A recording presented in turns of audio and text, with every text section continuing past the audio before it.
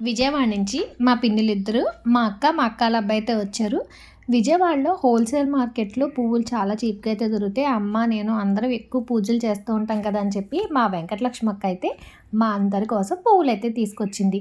పువ్వులు మాత్రం కేజీ లెక్కల విడి పువ్వులు ఇలా అమ్మేస్తారు. చాలా అంటే చాలా బాగుంటాయన్నమాట. ఫ్లవర్స్ కూడా ఫ్రెష్‌గా ఉంటాయి. అందుకని అన్ని రకాల విడి పువ్వులు, బంతి పూలు 2 రకాలైతే తీసుకొచ్చేసింది. వీటితో పాటు విడి పూలు మొల్లలు ఉంటాయి కదండీ! వైట్ కలర్‌వి అవి, కనకాంబరాలు అన్నీ అయితే కొని తీసుకొచ్చింది. అందరూ కలిసి మా ఇంటికైతే వచ్చారు. అక్క అయితే "నువ్వు పూజ చేస్తావు కదా! పూలు ఎలాగో మాల కట్టాలి కదా!" మాట్లాడుకుంటూ పూల మాల కట్టేద్దాం అని చెప్పి మొల్లల్లో గులాబీ రేకులేసి అయితే కట్టిందండి. చాలా పెద్ద పెద్ద మాలలైతే కట్టేసింది. ఫస్ట్ కనకాంబరాలేసి కట్టేసిందనమాట. ఆ మాల అయిపోగానే ఈ మాల స్టార్ట్ చేసింది. అక్క ఆళ్ళు వసంత పంచమికి ముందు రోజైతే వచ్చారు. "నువ్వు ఎలాగో రేపొద్దున్న అమ్మవారికి వైట్ పువ్వులతో దండ వేస్తానంటున్నావు కదా! ఇలా గులాబీలతో కట్టి వేస్తే చాలా బావుంటుందని" చెప్పి అక్క అయితే మాల కట్టింది. ఇదిగోండి మొల్లలతో అయితే కనకాంబరాలు ముందే కట్టేసిందనమాట ఇవన్నీ కూడా. మీ అందరికీ మా అక్క హాయ్ చెప్తుంది. మీరు కూడా హాయ్ అని కామెంట్ సెక్షన్‌లో అయితే కామెంట్ చేయండి.